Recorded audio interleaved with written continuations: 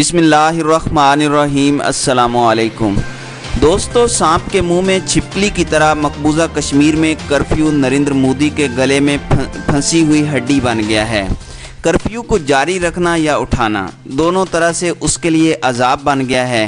Curfew کے 15 دنوں میں 4000 سے زائد کشمیری رہنما اور عام شہری گرفتار کر کے آگرہ اور دوسرے شہروں کی جیلوں میں بھیجے جا چکے ہیں۔ مقبوضہ کشمیر کی جیلیں پہلے سے ہی قیدیوں سے بھری ہوئی ہیں، مزید کی گنجائش نہیں رہی۔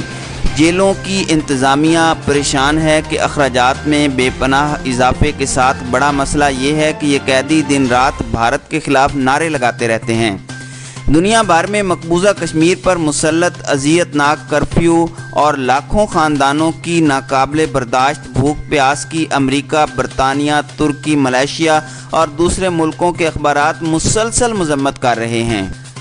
اب آسٹریلیا کے صحافی ورلی مین کے نئے انکشافات سامنے آئے ہیں۔ ورلی مین نے لکھا کہ مقبوضہ کشمیر میں 6000 ایسی قبریں سامنے آئی ہیں جن میں ایک یا ایک سے زائد افراد کو دفنایا گیا ہے۔ ورلی مین کے مطابق مختصر عرصے میں 80,000 کشمیری بچے یتیم ہو چکے ہیں۔ ایسے حالات میں بھارتی حکومت کو کرفیو جاری رکھنا یا ختم کرنا دونوں طرح سے عذاب دکھائی دے رہا ہے۔ پاکستان کے وزیر خارجہ شاہ محمود قریشی نے درست کہا ہے کہ ذرا کرفیو اٹھا کر دیکھو کیا حشر برپا ہوتا ہے۔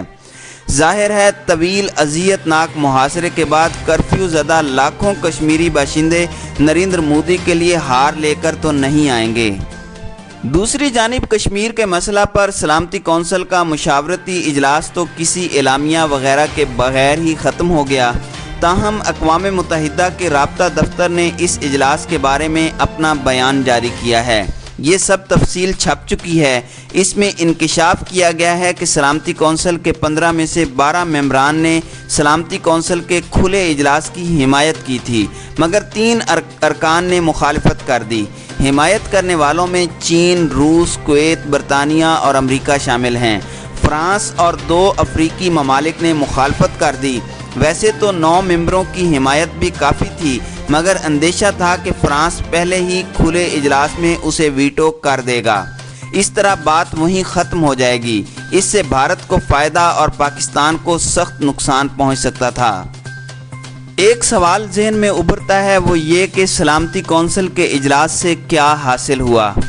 اس نے بھارت کو کرفیو اٹھانے کا حکم تو دیا ہی نہیں۔ ایک سے زیادہ بار بتایا جا چکا ہے کہ یہ محض مشاورتی اجلاس ہوتا ہے کہ اوپن یعنی کھلا اجلاس ہونا چاہیے یا نہیں۔ اس اجلاس میں کوئی حکم، کوئی بریفنگ، پریس کانفرنس یا اعلامیہ جاری نہیں ہوتا۔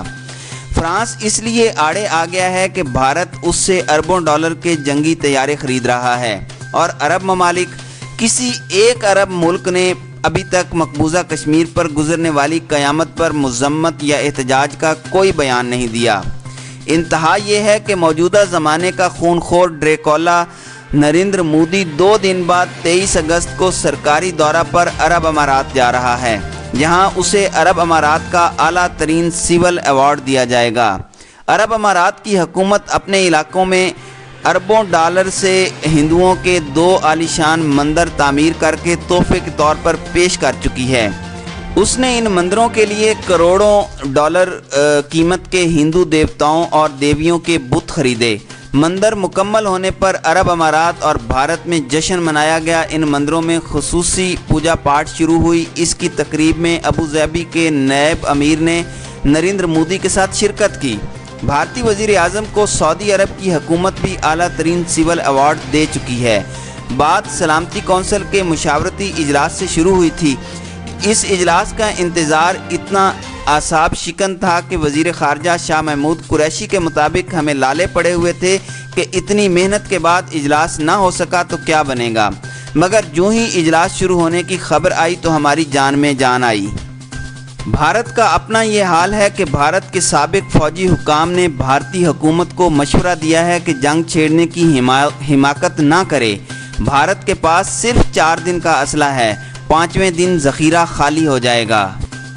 اس لیے موجودہ حالات میں بھارت کو اپنی فکر کرنی چاہیے اور اس طرح کا کوئی پنگا لینے سے گریز کرنا چاہیے۔